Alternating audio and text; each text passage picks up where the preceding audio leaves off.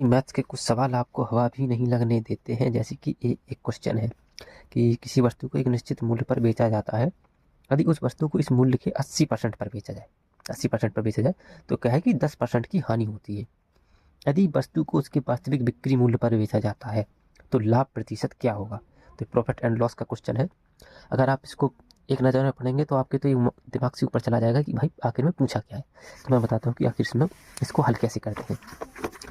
तो सबसे पहले पूछा गया है कि 10% की हानि होती है किसी चीज़ में। तो कहने का मतलब ये है कि कोई भी वस्तु है वो आपकी 9 रुपये में बेची गई होगी, यानी उसका कॉस्ट प्राइस 10 रुपये होगा और वो बेची गई होगी 9 रुपये में, तभी उस पर 10% की हानि होती है। तो यहाँ पे हम क्वेश्चन को सॉल्व करते हैं।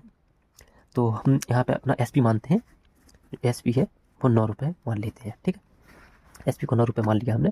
तो अब बोला गया है कि इसको 80% पर बेचा जाता है, यानी कि जो हमने SP जो 9 रुपये माना है इसके 80% पर बेचा जाता है। तो जो SP न्यू है इसका 80% अगर आप निकालोगे तो वो होगा 7.2, क्योंकि 80/100, 8 से 1 है 8 9 72/10 यानी 7.2। ठीक है, अब इस पर क्या है कि 10% की आपको हानि हो रही है। बोला गया है कि जब आप इसको 80% पर बेचते हो तो 10% की हानि होती है। तो यानी कि जो वैल्यू लिखी है 7.2 ये 90% की है। तो इसको 100% बनाने के लिए अपन क्या करेंगे, इसको 100 से गुणा करेंगे और 90 से भाग देंगे। तो एक 0 से 0 खत्म, 9 8 72, 0.8 इंटू 10 बराबर आपका 8। तो आपका जो CP हो गया वो 8 हो गया।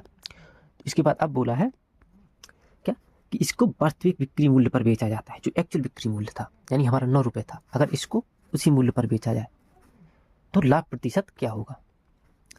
लाभ प्रतिशत, एक का लाभ 9 से 1 का लाभ कितने पर, 8 पर, इंटू 100 1/8 बराबर हमारा सही 1/2%, यानी कि 12.5% का लाभ।